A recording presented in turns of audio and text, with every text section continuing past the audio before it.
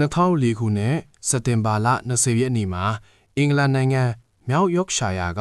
တောင်ပေါ်မှာအလောင်းတစ်လောင်းတွေ့ရှိခဲ့ပါတယ်။ဘသူဘယ်ဝါကစ်တယ်ဆိုတာနှစ်ပေါင်းများစွာမသိခဲ့ရလို့ဒီအမျိုးသမီးကိုတောင်ကွန်းမြမအမျိုးသမီးလို့ခေါ်ဝေါ်ခဲ့ကြပါတယ်။2019ခုနှစ်မှာတော့ DNA စစ်ဆေးမှုတွေကနေတဆင့်သူမရဲ့ကိုယ်ရေးအချက်အလက်တွေကိုဖော်ထုတ်နိုင်ခဲ့ပြီး Landau and Armitage ဆိုတာသိလာခဲ့ရပါတယ်။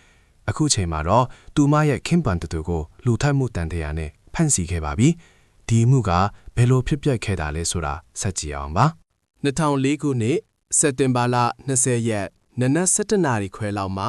ပယ်နီရီကျန်းတောင်ကျင်းနားမှာလမ်းလျှောက်နေတဲ့အမျိုးသားတဦးကရုပ်အလောင်းကိုတွေ့ရှိခဲ့တာပါ။ဒီအလောင်းကို Sergei Beck လို့ခေါ်တဲ့ချောင်းလေးထဲမှာတွေ့ခဲ့ရတာဖြစ်ပြီးတေဆုံးသူဟာ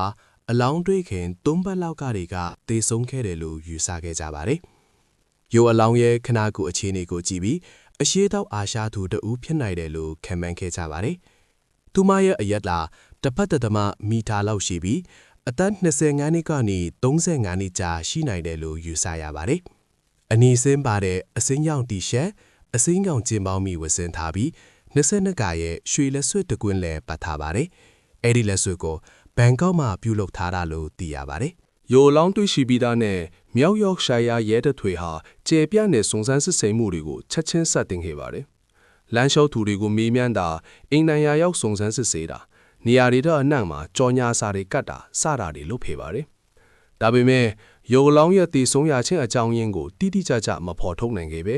တည်ဆုံးသူဟာလည်းဘယ်သူဘယ်ဝါဖြစ်တယ်ဆိုတာကိုနှစ်ပေါင်းများစွာမသိခဲ့ရပါဘူး။ယိုလောင်းရဲ့ခန္ဓာကိုယ်ကိုခွဲချမ်းစိတ်ဖြာကြည့်ရောတည်ဆုံးသူဟာပရီဒေတာအနည်းဆုံးနှစ်ကြာနေထိုင်ခဲ့ပြီးကမ်ဘရီးယားလန်ကာရှာယာဒါမှမဟုတ်အနောက်ယောက်ရှာယာဒေးစ်ဒေတာတွေမှာနေထိုင်ခဲ့တာထင်နိုင်တယ်လို့တွေ့ရှိခဲ့ပါလေ2019ခုနှစ်ဇန်နဝါရီလ22ရက်နေ့မှာတော့ထိုင်းနိုင်ငံကမိသားစုတစုဟာအဲ့ဒီမျိုးသမီးဘယ်သူဘယ်ဝါဖြစ်တယ်ဆိုတာသူတို့သိတယ်လို့ရဲတပ်ဖွဲ့ကိုလာရောက်အကြောင်းကြားခဲ့ပါတယ်ဒီမျိုးသမီးဟာ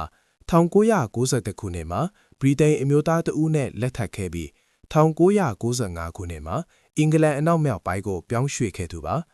သူမရဲ့မိခင်ဟာ2004ခုနှစ်နောက်ပိုင်းကစပြီးသမီးဖြစ်သူနဲ့အဆက်အသွယ်မရခဲ့ဘူးလို့ဆိုပါတယ်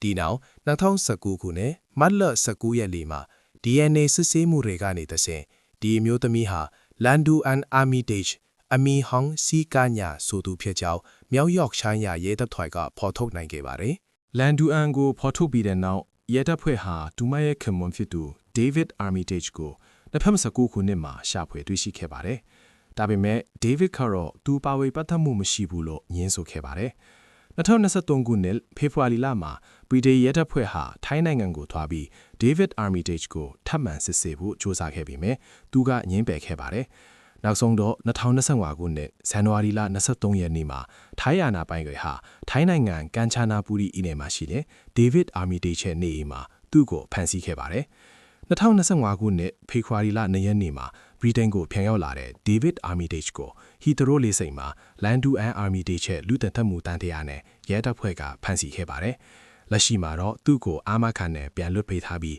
ထပ်မံစုံစမ်းစစ်ဆေးမှုတွေလှုပ်ဆောင်နေတော့ပါတယ်။